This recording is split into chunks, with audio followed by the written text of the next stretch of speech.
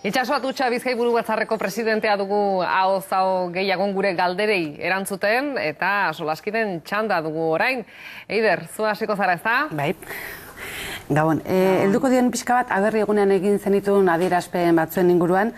Esanez, Espainiar estatuak, bai Euskal eta Kataluniar nazioa errekonozitu behar zitula pixkat gatazka politiko etengabe horretatik edo ateratzeko. Nere galdera da, Euskal nazioa errekonozitzeak zer ekarri beharko lukeen zuen iritziz edo zertan egikaritu beharko litzateken? Egunotan barriro aipatu izan dugu lako zer bai eta esaten genduen lege aldetik ere aldaketaren bat ekarri beharko dagoela, ze bestela oso gatza izango da ezertan sinestea. Eta orduan aipatzen gendunean, urte askotan esan badugu Espainiako instituzioak krisialdian egozala, Espainia estatuaren egitura bera krisian egoala, betik emoten eman esaten genduala, edo katalanak edo guk, geurea defendatzen gendualako, eta geureak ez eukalako zelan ustartu estatuak eukan egitura horretan. Baina orain, espainolak eure konturatu dira arazo bat daukiela, ez da bena egiten da, pentsatu edo albideratu horre irten bide bat emoten. Sozialistak, eta lehen aipatu izan dugu bai, egin eben kongresu bat, eta joan ziran, eta dokumentu bat atara eben, eurek gobernatu eskero, Espainia federal bat ez hitz egiten eben, baina ez eben gehiago sakondu gero zein izango zan, behintzat lehenengo aukeran, norberak ikusiko da noraino heldu nahi dagoen, baina lehenengo aukeran, zelan ustartu bi errealitate horrek eurek proposatzen eben zerean estatu eraketa horretan, eta horretara uste du joan behar dugula. Lehenengo aukera baten, zer eskaintzen dauzko Espainiak, eta kasu honetan uste dut alderdi sozialistaren gainera garrantzitsua izango zala alternatiba moduan ere erakusteko bere burua Espainian ikusten dan guztiaren inguruan, eta baita hemen, inkluso. Baina beharko gaunke jakin horrek gero, hori gero zelan konkretzatzen dan lege barruan, eta egin daiteke konstituzioaren barruan lehenengo pausu bat, eta gero aldaketak. Lege guztiak, gizarteak daukan edapenaren inguruan bilakatu behar diralako eta egin behar da bezalako euren aldaketak.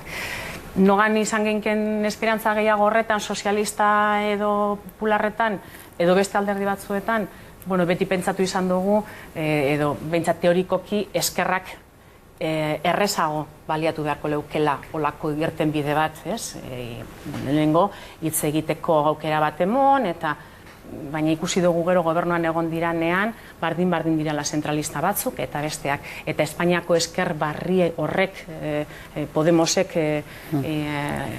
ordezkatzen dauen horrek, ikusten dugu, zentralismoa hitz egiten dugunean, Partido Popularra, Ciudadanos hitz egin bestote egiten, baina Partido Popularrak eta sozialistak mantentzen daben, ez dakit jakobinoak deituko dodazan, baina bai zentralismo kutzu bera edo antzekoa asmatzen dautzegula. Felix. Gabon, Tutxandrea. Espainia federala aipatu duzu oraintxe, nik Euskal Herria federala edo Erkidego federalari buruz galdetu nahiko nizuke, bota dezulako lehen elkarrezketan esaldi polit bat, nik apuntatu indet, desente, baina nik hau apuntatu dut. Bizkaiaren zatona dena, gainontzeko lurraldeentzat ere ona da eta alderantziz. Eta orduan, nik horren arira, sentsazioa daukat batzutan ez ote geran, lurraldeen artean gure inguruan elkarri begira eta sektore estrategikoetan batzutan lehian ere aritzen. Eta niri burura datozkita diez gizarte zerbitzuen arloan, turismoaren arloan eta beste hainbatetan ere bai. Eta ez dakit horren argi gelditzen dan edo horren barneratuta daukagun edo dagoen, zuk lehen elkarrezketan aipatu duzun printzipio hori, eta horren inguruan da nire galdera. Guretzat ardura bat, eta egunero maiganean jartzen dugun ardura bat. Aipatu da gai batzutan, gainera egunerokoa da, egunero horretan lana dagoelako. Turismoan, zelan ez da izango ona. Bilbok eta Bizkaiak Guggenheimna, eta beste gauza batzuk ez da zaren bestela beste eskualdetakoak azarratu egingo jataz, eta ni Bizkaiburu Batzarreko presidentea naz, baina zelan ez dugu nahi izango Arabako Errioxak daukazan potentzialidadeak edo gatza edo bestea edo Gipuzkoako guztiak eta tal, eta Nafarroakoak, orain sortez bi gobernuek hainbat gauzaetan konbenio bitartez eta hartzen garen elkarlanean eta apurka gorantza gero begiratu eta orain iparraldeko zer barriagaz, eman komunitate barriagaz elkarlanean gauza gehiago egin ja nazio ikuspegi bategaz, baina hasi behar dugu erkidegoan egin dautzago kompetentzia batak besteari, eta hor aukerak ere galdu izan dugu, eta nik uste dut hori onartu beharrean gagozala. Baina ikusten dut borondate asko orain beste modu baten lan egiteko, eta gero guri luze egiten jaku Bilbotik Donostira joatea edo Donostitik Bilbora eta Gastezera eta hori, baina ez dakit aeroportuen inguruan gure distantziak oso txikiak dira. Beste dozen herrialdetaragoa zenean, ordubeteko traiektua daukagunean aeroportu batetik hiriburura normala iruditzen jaku edo hori normaldu behar dugu. Horretarako gero behar dugu zerrepideak be, arinak, merkeak, tal, gauzak orokorrean begiratu behar dira. Baina guretzat, eta alderdi barruan dinot, ardura handia da hori komplementario izan daiten benetan. Ze uste dut batzutan hor errua ere izan dugula, elkarren arteko leian ibili garera, elkarlanean baino gehiago. Eta elkarren beharra daukagu. Eta hori uste dut gizarteak oso ondo ulertzen dabala, gero inkestetan eta alderdien arteko eta herrialden arteko akordioak eskatzen dauzenean. Eta guk galdera hori egina daukagu, inkesta baten baino gehiagotan, eta beti da erantzun bardina. Jak ez dago horretaz ulertzen, einarri txikian. Eguzki nahi duzunean? Gabon, EAJ eta PP akordio batera iritsi dira 2017ko aurrekontuen inguruan. Funtsean lortu dena da azpiegituren inguruko inbertsioak aurrera eraman ahal izatea eta kupoaren inguruko akordio hori, ez? Nire galdera izango litzateke batez ere gartzela politikari dagokionez, Aitor Estebanek elkarrizketa batean, Euskadi Irratiari eman zion elkarrizketa batean, esan zuen komenitzala gai hori ez negoziaketaren erdian jartzea, ez?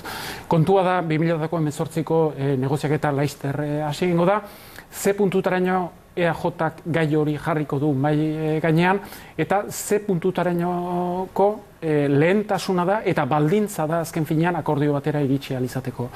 Zeren, noski, printzipioz, gai horiek ez lirateke negoziatu behar presupuesto baten inguruko negoziaketa batean, baina gogoratu behar da ere, kompetentzia batzuen transferentziak negoziatu indirela presupuestoen inguruan, Zapateroen garaian, kuporen inguruan ere akordio batera iritsi dela, eta orduan, ez zaizu iduritzen momentu historiko izan daitekela alde batetik ikusirik etak bere desarmea gauzatu egin duela, eta beste aldetik kontutan izanik PP minorian dagola, PSOEren gandik ez duela babesik jasoko, eta ez litzateke aukera izaten historikoki presoen gaiari atera bide bat eman ahal izateko eta espetxe politika behingoz aldatu ahal izateko?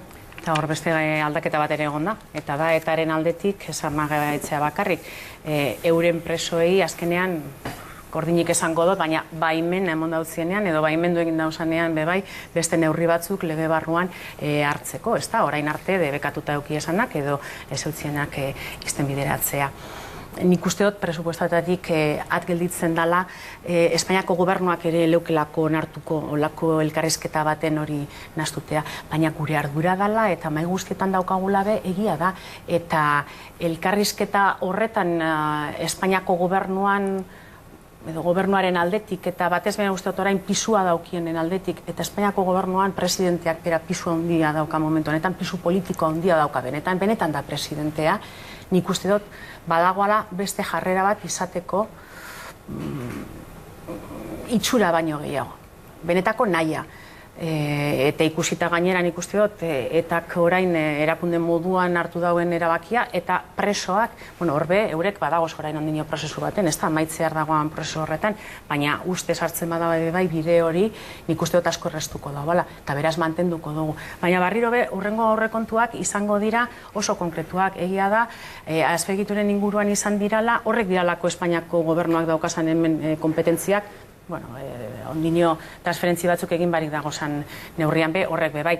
Baina horren inguruan egiten da akordio azken baten, paragrafo konkretu bat dagoz eta horren inguruan, baina jarraituko dugu hori aldarrikatzen, eta lehen aipatu dut, Eusko Jaurlaritzak horre ere bi plan bazituen, eta bat oso zehatza gainera, eta azkenengo neurriak martzoan ere aurkeztu ziranak, orain, ezkera bertzaleko batzuk gainera onartu egiten da bezanak, eta preso batzuk ere ontzate monda horienak, ez da?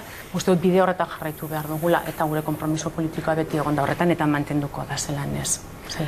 Itxaso Atutxa, Bizkai Burubatzarreko presidentea, mila esker, aho gehiagoren gonbita onartzeagatik, eta aurren arte? Zegoi, mila esker. Izan. Eta zuoi, lerro buruak eskatu behar dizkizuet, ez dakit zer azpimarratuko dugu? Bueno, nik lehen esan dute saldi hori, gero, bueno, niri Pedro Sánchezen titularrak erreten mandit, oso gertu egontzala presidente izatetik, eta bueno, tira, niretzat ere hori izan da. Eta gero, mai honetan ere beste batzuetan komentatu izan deguna, ez da, EAJ-ko EAJ-ari boza eman diotenek bakarrik, baizik eta orokorrean jendeak ulertu egingo duela PP-rekin egindako akordio hori, ez da. Nik 3 gauzatxo horiek erreskatuko nituzke Itxaso Atutxa gaur gauean esandakotik. Argi daukatela, ez salgarria dela, baizik eta dagoeneko salduta dagoen akordioa dela. Aldez aurretik jendeak jakin badakiela? Bai, betiko EAJ-aren bidearekin koherente izan den, edo bentsa salgarria den prozesu baten parte izan dela, ez? Nik elkarrezketatik 3 elementu horiek azpimarratuko nituzke. Nik, pixka bat heldoz baita ere Pedro Sánchezena ez dit atentzioa eman esateak ia nolabait presidente izan zela, baizik eta ardura berari egotzi diola ez izatearena eta Rajoy izatearena, ez?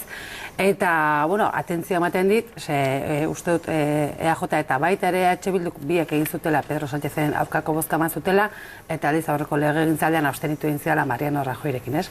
Horan, atentzioa eman dit, nolabait kritikak banatzeko orduan eta lehenengo galdera izan da pixka bat EAJak eta PPek duten, izan duten akordioa aurrekontuen inguruan da Kuparen inguruan, ez dela asko sartu ez PPko ustelkerian eta ez korrupzioan, baina auzi ezberdinagatik oso kritikoa agertu da, esango nuke agian zuekin baino Pedro Sánchezekin, eta baita ere Podemosekin, ez da?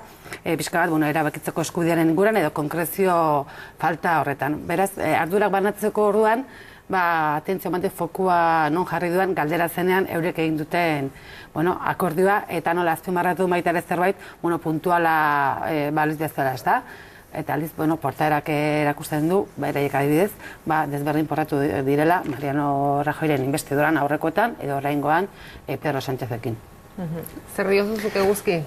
Nik azpimarratuko nuke batez ere fiskalitateari buruz esan duena. Argi dagona da PNV-ren baitan badaudela bi diskurso. Bata da Eusko Jaurlaritzak bultzatzen duena zeinek dion nahi badira gizarte zerbitzuak, osasuna, zerbitzu publikoak azken finean finantzatu eta sustatu, eta hori da maila handi batean Eusko Jaurlaritzak daukan eskumena bera. Kontutan izanik bere presupuestoaren 70% osatzen dutela 3 eremu horiek, ohartzen dira nahi badiote eutsi ongizate soziale horri, ezinbestekoa zaiela fiskalitatea handitzea, bai presio fiskala eta bai sozietateen zerga bera ere igo ahal izatea, ez?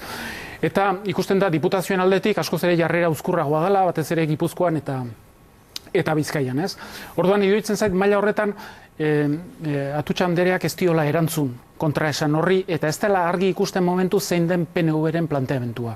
Momentuz esan dutena da 6 hilabeteko epe bat hartuko zutela pentsatzeko eta ikusteko zein eredu hobetsi nahi duten, baina ez dirudi pauso handirik eman nahi dutenik. Datuak gogoratu behar dira, gaur egun EAE-ko presio fiskala da Europako batazbestekoaren 9 puntu bajoagoa, batazbestekoarena, mediarena. Eta noski, konparatu nahi badago Europako batazbestekoari eta zer esanik ez oso punteroak diren herriekin, ezinbestekoa izango da fiskalitatea bera, presio fiskala handitu alizatea, ez? Eta iruditzen zait, PNV nahiko uzkur dela gai horren inguruan, eta nahiago duela ebakuatu bere baitan ere kontraesanak sortzen dituelako, eta Confebaskek ere markaje oso estu egiten diolako.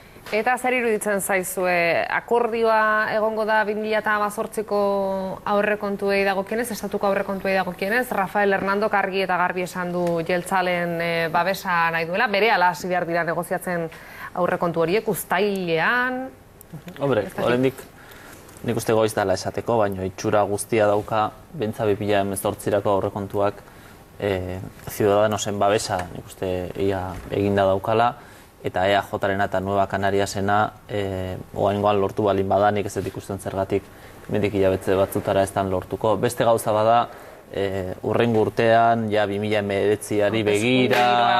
Bueno, aurre hauteskunde egingoa... Horregatik, hori beste kontua da. Baina 2018irako, beste negoziaketa bat izango da, lehen eguzkik aipatu duen bezala, beste termino batzu sartuko dira negoziaketan, baina nik ez zailtasun berezirik ikusten hor akordio batetara iritsi ahal izateko. Argi dagoena da, are gehiago lehen aipatu den bezala, Pedro Sánchez alderdi sozialistaren buruzagitzara iritsi den nenean, horrek boleto asko ematen dizkio eta botere berezi bat ematen dio EAJari, alegia bere 5 eskainoak modu garestian saldu ahal izateko, ez?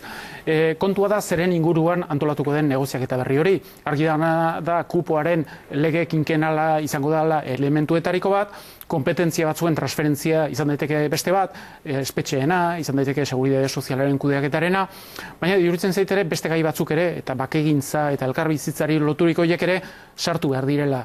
Hor, sentitu dut elkarrizketan pixka bat oso jarrera prudentea eta gauzak ez nahasteko borontatea ere badagoela, baina PNV-ek jakin izan du historian zehar interesatzen zitzaiolari gai horiek nahizetan normalean negoziaketa presupuestario batean ez sartzen. Zapateroekin enpleguaren politika aktiboak negoziatu egin zituen. Normalean, Gernikako estatutoa lege organikoa da, eta orduan aplikatu behar da, ez dago zertan negoziatu behar, baina praktikan, oraindik daude, 20 eskumen transferitu gabea daudenak. Orduan, oso modu pragmatiko batean jarduko balu, komeni litzateke gai horiek mahai gainean jartzea. Eta gero badago beste puntu bat oso importantea dena, eta da rekursoena. Udal legearen inguruan akordio batera iritsi dira, baina gainontzeko eremuetan errekursoek aurrera darraite. Eta iruditzen zait, horri ere PNV-ek erantzun politiko bat eman beharko diola. Eta aukera izan manu, bigarren galdera bat planteatzeko, Urrengo batean izango da, baina izango zen zein den PNV-ren estrategia PPek daukan jarrera berzentralizatzaile horren aurrean. Alegia kontutan izanik, errekursua jartzen diren aldioro, Tribunal Konstituzionalak beti gobernu zentralaren alde egiten duela. Horren arira galdetu diogu elkarrizketan, Oskar Matutek adierazi zuena, ez da, estrategia horrekin Partidu Popularrak nolabait kromoak biltzen dituela, gero EAJarekin negoziazioan erabiltzeko. Hori da, eta orduan, konputo globala egiten dugularik, jartzen ditu 15 rekurso, 2 erretiratzen ditu, eta badirudi irabazi egin dela, baina oraindik 13 daude indarrean. Orduan, PNV-ek edo PPek hori erabiltzen badaki. Orduan, iruditzen zait, EAJ dagola kontentzio estrategia batean, saiatzen da aukera probesten alduena lortu alizateko, baina horrek balio du momentu honetan PP minorian dagolako, baina horrek ez du estrategia bat osatzen epertainera. Atzo edabide batek zioen PP eta EAJ negoziatzen ari direla, presoak Euskaditik 250 kilometrora gehienez hurbiltzeko, alde guztiek ukatu dute negoziazio hori, baina espetxe politikaren gaia tarteka ateratzen da edabideetan, zergatik egiten da hori? Bilatutako zerbait da, baina gai hori oso rekurrentea da edabideetan.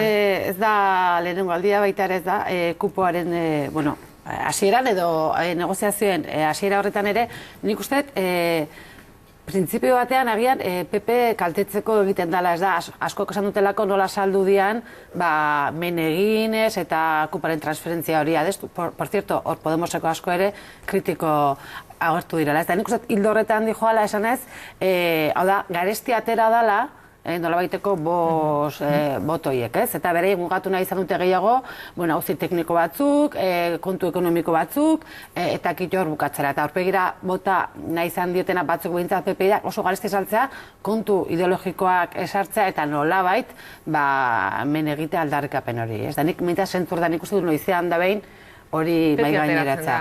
Gero alde guztiek ukatzen dute, baina ateratzen den zerbait da.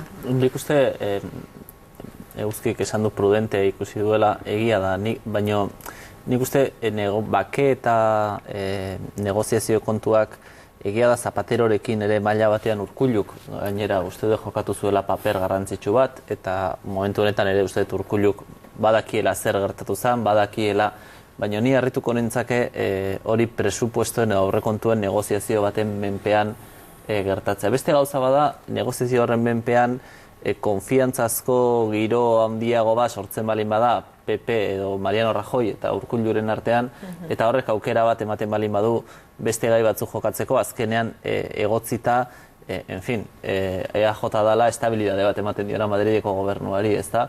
Eta baina arte Rajoyri ezer inporta izan etzaizkion presoak, ze ikusi dugu, eta ikusi dugu gehiengo absolutua edukidunean zer egin duen, hau da ezerrez, eta beraz, maila batean hori agendan sartzea eta hor mugimenduren bat ikustea, nik konbentzituan nago posible izango dela. Hitz egin izan dugu beste batzutan, baina ni harrituko nintzake asko hori negoziazio presupuestario baten menpe egotea, edo igual Eiderrek esaten zuen bezala, balin badago denboran behintzat beste toki batean kokatuko da, ze bestela PPk ezingo luke, ezingo luke, ez dakit, PPk seguraski hori aguantatuko luke, beste gozautzeko aguantatu ditun bezala, baina horren salmenta oso zaila da. Eta gehiago, marko horretan kokatuta, hau da, guk ez jakiteak edo esabaltzek ez du ez dela eserritze egiten ari. Azken finean, orain ja aukera bezala planteatzen da, horrelako akordio edo delako baten bitartez gerturatzea presoak. Eta hori, orain dela gutxi arte ezan planteatzen aukera edo bide moduan. Hor uste dut aukera bat izan daitekeela. Argi da hona da, epe motzean peperentzako izorrezko desgastea izango litzatekeela, Ciudadanosek oso marka gestua egiten diolako horren inguruan, komunikabide nagusiak ere bai, eta orduan pentsatzen duelako azken binean gehiago daukala galtzeko irabazteko baino, ez? Kontua da gainontzeko eragileak eta aktoreak zernoako jarrera daukaten. Eta hori horitzen zait, momentu historiko honetan EAJak badauzkala kartak eskuan. Eta karta horiek erabiltzen jakin behar da. Erabiltzen badaki interesatzen zaizkion gaien inguruan, azpiegituren inguruan, ikusi da kupoaren inguruan ere, jakin duela negoziatzen, eta maixutasun hori errekonozitu behar zaio, ez? Baina iruditzen zait presoen gaia pixkat bigarren maila batean kokatu dala, eta EAJak berak ez diola zentralidade bat ematen, agian pentsatzen baitu, ezkerra abertzalearen arazo bat dala, edo gizartearen kolektibo oso determinatu batean arazo bat dala, eta gizartearen baitan ez dela azken finean urgentzia hori sentitzen. Bake planean ikusten da, errekonozitzen dela azken finean gai hori importantea dela, baina ez agian urgentea, eta herritarrek hola pertzibitu ere egiten dutela. Orduan, iruditzen zait EAJak nahi balu, eta kontutan izanik gobernagarritasuna bere esku daukala maila handi batean gaur egun, egin lezake azken finean esfortzu berezi bat baldintza bezala jarriz akordio batera iristeko. Eta gero badago beste elementu bat jokatu dezakena eta panorama aldatu dezakena da Frantziako estatuak eta gobernuak zer nolako jarrera daukan. Erakutsi du azken bolara honetan bai desarmearen inguruan, bai preso gaixoen askatzearen inguruan, keinu batzuk, gestu batzuk egin dituela. Hori buruz galdetu nahi nizun eguzki izan ere, agian lehenago ikusiko dugu etako presoen hurbilketa Frantziako estatuan? Izan daiteke, zeren gainera justizia ministroa da, François Bayrou, Pirineo Atlantikoetako departamentuko burua izan dena, Paueko alkatea, Ipar Euskal Herriko errealitate oso ondo ezagutzen duena.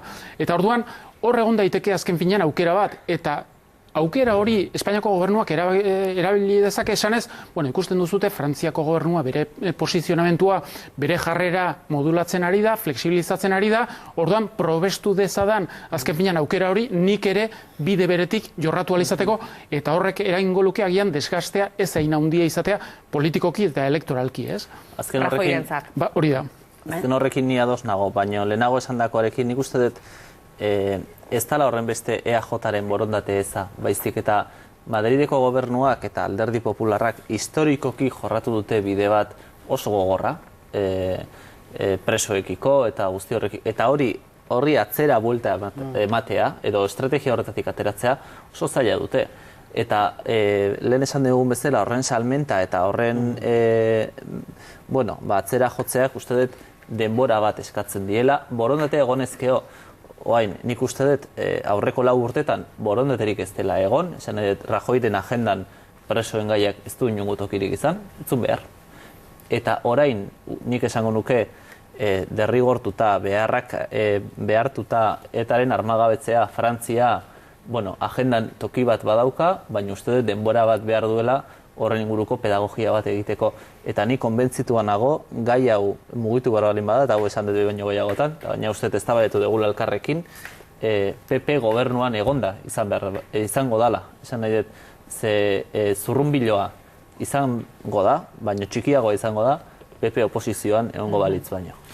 Gaurko albistea da, zailaren 26an deklaratu beharko du Mariano Rajoy, Auzitegi Nazionalean bertan, ezingo du plasma bidez egin, berak nahi zuen bezala, lekuko gisa deklaratuko du Gürtel auzia dela eta Itxaso Atutxari ere galdetu diogu, ustelkeriak gero eta inguratuago dauka Espainiako presidentea?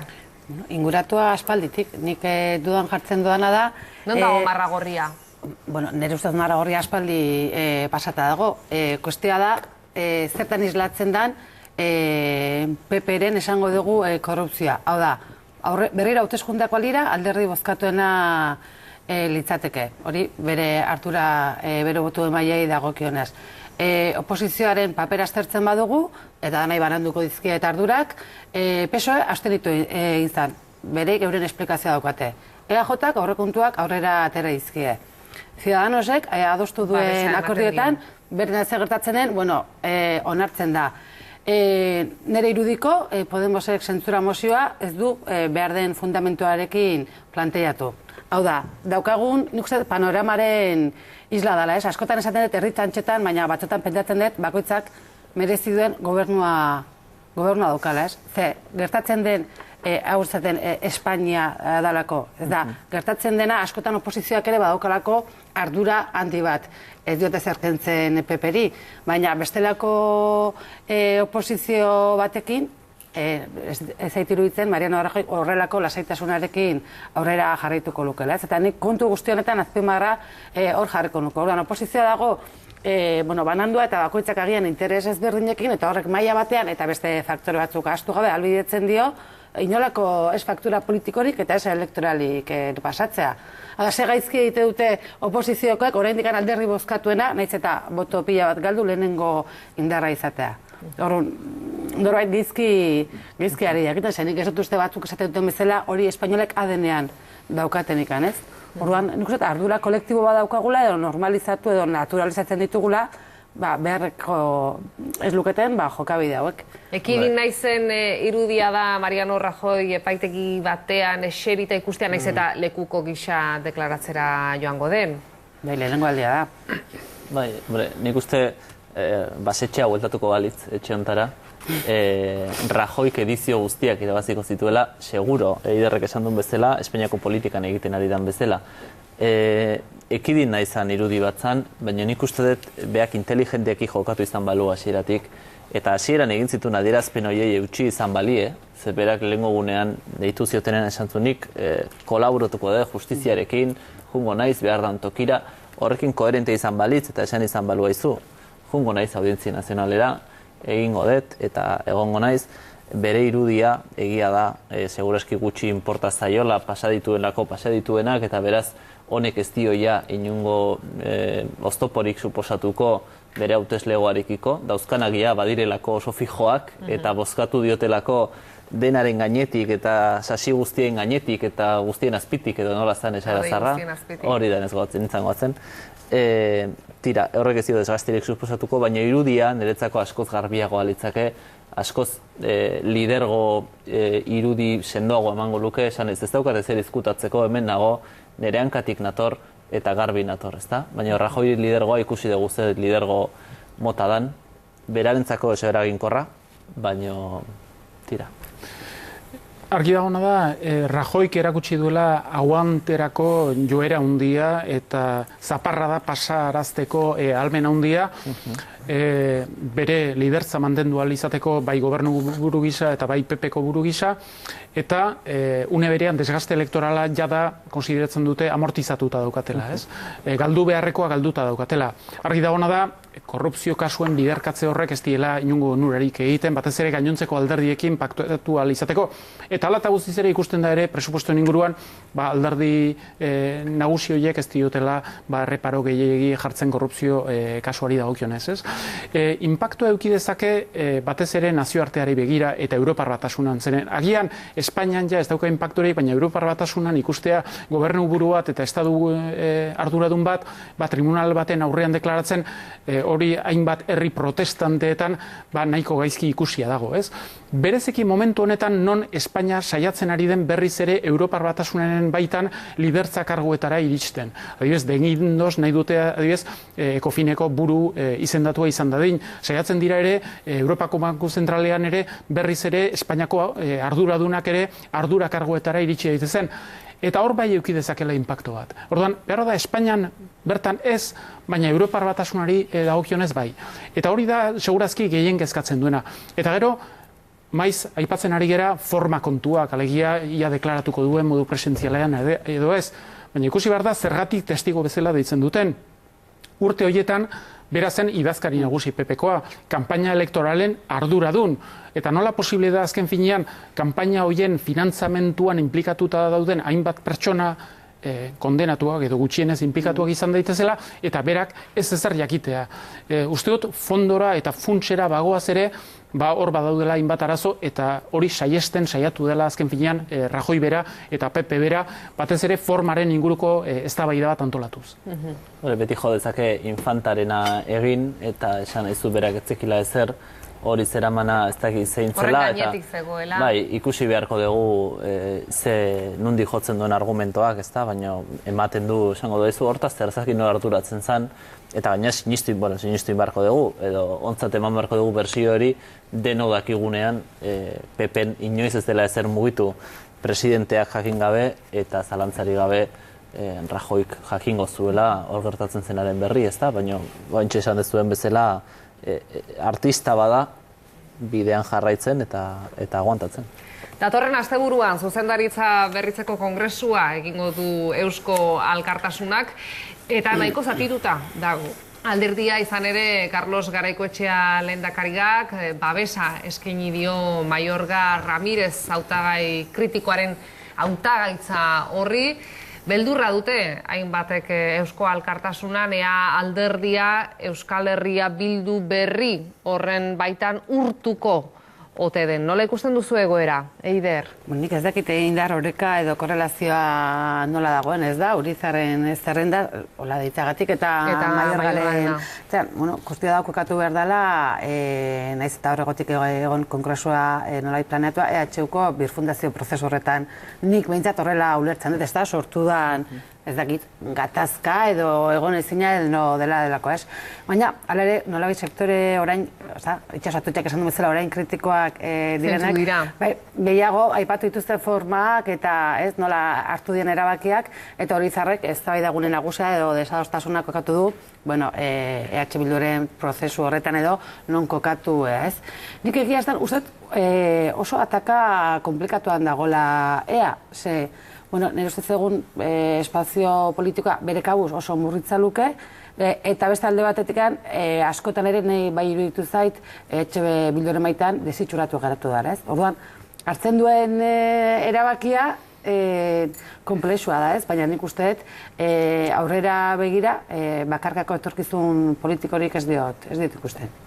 Zenkaje izango du. Iruditzen zaizue atutxak ez dioen bezala, galtzaileak edo lerratuko direla garailearen atzean, alderdia zatituko da, ez dakit?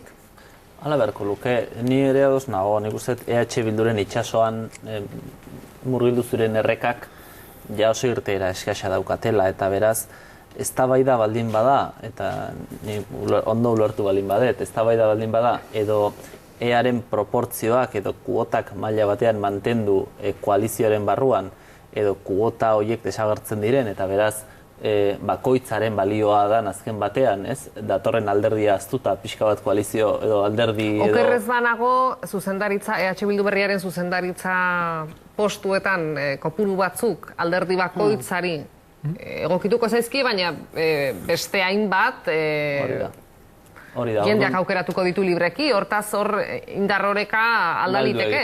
Orduan, azken batean, eztabaida hori baldin bada,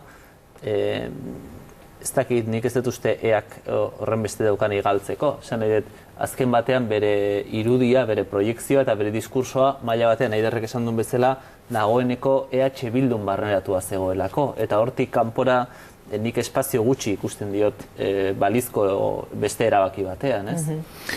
Bai, lehen, Eiderrek esan du, debate hau planteatzen da EH Bilduren birfundazioan, helburua ez da erabateko fusio batera iristea, baizik eta EH Bilduk zuzendaritza propio ekidezan, eta afiliatu propioak modu paraleloan existitzen direnak, EH Bildu osatzen duten 4 alderdiekin. Orduan, argi da ona da, integrazioa handiagoa izango da, alderdi bakoitzaren botere relatibo propioa zertxo bait gutxitu egingo da, baina erakundea bera osotasunean handitu egingo da, ez? Eta hori lotuta dago, behin eta berriro aipatu izan dugunari, eta da, EAren sortzetik hasita beti egon dela azken finean bere nortasun propioa galtzearen beldurra, ez?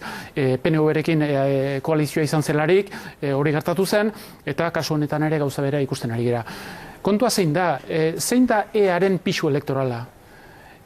Bildu osatu baino lehenago, eskainu bakarra zeukan, 37.000 boto zeuzkan EAen, eta bide horretik jarraitu ezkero desagertzeko arriskuan zegoen, ez? Osatu egin zuelarik eta integratu egin zuelarik Bildu, 2011 eta 2012aren artean, 276.000 eta 285.000 boto lortu zituen EAen. Alegia, izugarrizko goraka da, eta hauteskunde autonomikotan 21 eskainu lortu zituzten. Gaur egun 18 dira, alegia, uste dut, EAk ere kontzientzia hartu behar duela zein den bere pisu elektorala. Jarduten du garaiko etxearen garai honenetan suposatzen zuenarekin eta zeukan pisu politikoarekin. Gaur egun ez dauka pisu hori.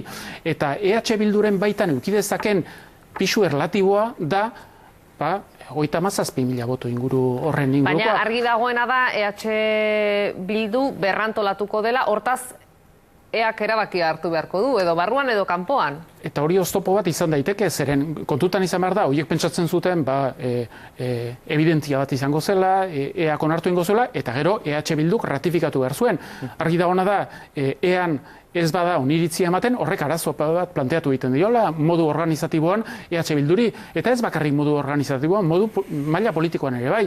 Zeren EH Bilduk fondoa ikutu zuen, hor azken hauteskunde autonomikotan berriz ere gorantza bat ezagutu zuen botoetan, ez da bueltatu horrendikan 2011 eta 2012ko mailara, baina bere helburua zen alderdia berrantolatuz eta besteak beste independientei kabida bat emanez, bere base elektorala berriz ere zabaldu ingo zuela, eta bere asmoa zen, bere nahia zen, berreskuratzea azken finean, azken 2 urteetan galdu zituen botoak, ez? Hori gertatzen ez bada, arazo politiko bat izango da. Ez bakarrik organizatiboa, baizik eta politiko bat ere EH Bildurentzako. Zendana hor, elemento asko nazten direla azkenean, ez? Eta ointxe EH Bilduren barruko proportzioak edo kuotak, azken batean kalkulatuta daude, oain dela 10-8 urteko proportzio hiekin, ezta? Eta ze puntutaraino, guzkik esaten zuen bezala, hori erreala da gaur egun. Oso zaila da. Zenbat boto dira alderdi bakoitzarenak, ez Eusko Alkartasunak, ez alternatibak, ez Aralarrek berak, sortuk seguraski apurba gehiago, baina bera bakarrik seguraski EH Bildu ez da alderdi bakoitzak suposatzen duena, baizik eta EH Bilduren diskursoa beste bada alderdi bakoitzaren gainetik dagoena, ezta? Eta beraz, uste dut, eta gehien bat alderdi txikiek, EH Bildu barruko alderdi txikiagoek daukazen problema da, koaliziotik kanpo nola geratuko liratekeen, ezta? Eta niretzako hori problema da beraientzako, eta problema da Bir Fundazio honetan alderdi bakoitzak erabakiko balu hor esartzea. Azkenen EH Bildu nola gelditzen da eta nola egituratzen da. Nik ez dut uste Eusko Alkartasunak azkenean ez duenik pausoa emango. Pentsatzen dut pausoa emango duela, baina ikusi beharko da azkenean hori nola artikulatzen den, ezta? Uste dudalako azkenean beldurra handiagoa izango dela, hortik ateratzea, eta beraz nola antolatzen dugu, nola ikusten da, eta nola hurbiltzen gera azkenean berriro bakarrik aurkeztearen amildegi hortara, berriro daukaguna berrantolatzera baino. Denbora aurrera doa hitz egin dezagun zertxo baite Kataluniari buruz, atzo Carles Puigdemontek bilera antolatu zuen, Kataluniako prozesu hori babesten duten alderdiekin. Antza hemendik 2 aste barru edo ezagutuko dugu galdeketa horren data eta zer galdetuko zaien zehazki Kataluniarrei, baina Ada Colauren alderdia Katalunia en Komu etzen bilera horretan izan, ez dute begionez ikusten alde bakarreko bide hori irekitzeari. Hori, horrela neuz ez hasieratik izan da. Aurreko astean egon ginen eguzkimen egon zan eta Nago Albak aipatuzun nola estatu osoan erabakitze eskubideen aldeko pedagogia egin zutela eta ematen zuen postura oso argi bat izan dute. Ez dute argi izan beste hausi ezberdinekin izan ez duten bezala. Adibidez, Legebiltzarran Katalunian Sikespotek abstenitu egin zen erreferenduraren inguruko legea edo onartu zanean, ez?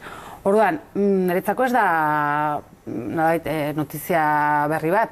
Azkenean, atzo Domenek aipatezun, berari ez ziotela deitu, ez da? Berari prentza bitartez edo enteratu zidan. Ze, klaro, hemen gauzak nahaztu indira, batzutan nahi eta gauza bada supreste egotea alde bakarreko bidea aurrera eramatea ikusiko dugula egiten dan ala ez, eta horren inguruko posizioa hartzea da, bai, ala bai egingo dugu, akordioa ezen ere bai, eta beste goza da oso era lausuan esatea, ni erabakitzeko eskubidearen alde nago, nik askotan bat, bale, eta hori zertan konkretatzen da. Oso zaila da esatea, ni erabakitzeko eskubidearen kontra nago, baina bai esaten dutenak zertaz ari gara hitz egiten. Nik uste posizio hau ari dela ikusten Katalunian une hau, eta nik argi daukat, bereik nahi dutela egitea kontsulta bat. Horrela galdetuta erabakitzeko eskubidearen aldera, baita ere, baina prest dira hori muturreraino eramatea, dudan jartzen dut baita ere, baiezko esaten dutenak ere, oraindik hilabete batzuk falta dira, eta bukaeraraino iristeko preste egongo dira. Gauza da, hemendik bi astera galdera planteatzea eta data jartzea, hori Euskal Autonomia Erkidegoan ere bizi izan dugu, eta beste gauza benetako ordura iristen denean, ea prest dauden hori aurrera eramatea. Dena den, indurri judizialak aipatu gabe eta borondate politikoa alboratu eta guzti hori, beste elementu importante bada, ze askar erabiltzetan gehiengoarena. Eta nik uste dut, Madrilen jarreratik haratago orainen komunek, badirudi pixkat, nolak duda gehiago aurkeztu dituela, beste arazoa da, momentuetan gehiengoa izan daitekena, agian ez dela gehiengo nahikoa alde bakarreko sesezio bat aurrera eramateko, askozaz ere zailtasun gehiago dituelako, eta askozaz ere konbentzituago egon behar zarelako bidean galdu alduzunaz.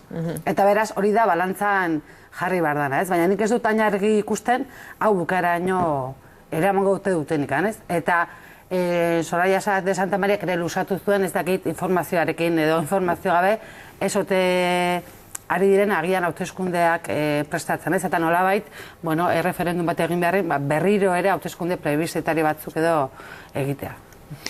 Bai, atzoko bileran oso berrikuntza gutxi egon zen. Etzen ez galdera finkatu, ez data zehaztu, ez kronograma bat ere finkatu, estrategia bat zein izango litzateken galdeketa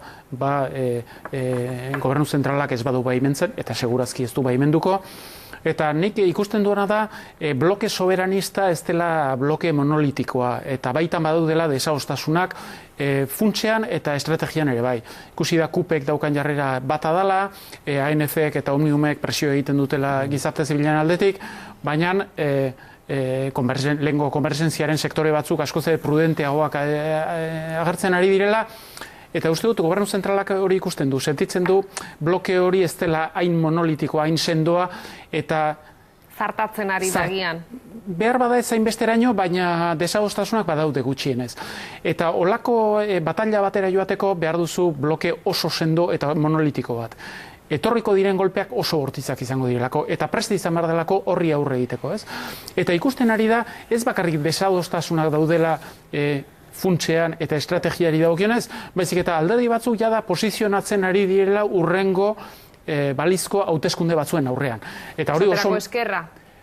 Adibidez, Junkeran jarreran kritikatua izan da, badirudi gordetzen ari dela, badirudi bere perfil amablea erakusten diola besteak beste gobernu zentralarekin dauzkan negoziaketetan, hori erreprotxatu egin dio Puigdemontek eta beste arduradun politiko batzuek ere bai.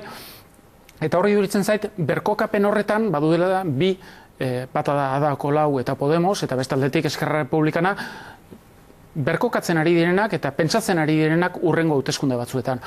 Eta hori, justu konfrontazio batera zoazen unean, ez da modurik egokiena, ez? Eta horrek uste dut zalantza asko sortzen dituela, eta uste dut Kataluniako gizarte zibilak eta hainbat eragilek hori sentitu egiten dutela ere bai, ez? Febrilitate puntu hori, ez? Eta momentu historiko honetan bereziki problematiko izan daiteke. Bai, bat nator, nik uste hori ikusten dela. Eta nik Ada Colauren kasuan, lehen esaten nion eiderri, nabaritzen diot lehengo PSC-ren itxura apur bat, ezta? Zentralidade hori okupatu, konsulta bai, baino nola, baino zer, eta nik uste dut komunak edo saiatzen ari direla espazio hori okupatzen, eta nik zalantzarik ez daukat Katalunian danak daudela burua hauteskundetan jarrita. Bai Eskerra, bai komunak, eta noski Partit Demokrata ere bai, arazo gehien dituena izan da. Esan edet, ze hautagai, nola ze baldintzetan, korrupzio kasoi nola ies egin, pujolismoatik nola ies egin, uste dut gutxien komeni zaiena direla, baina maila batean dena daudela eszenatoki hori prestatzen.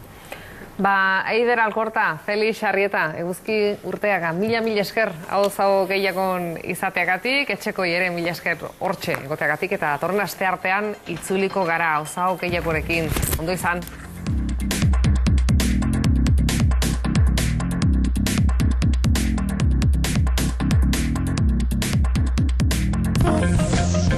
EITB, zure komunikazio taldea.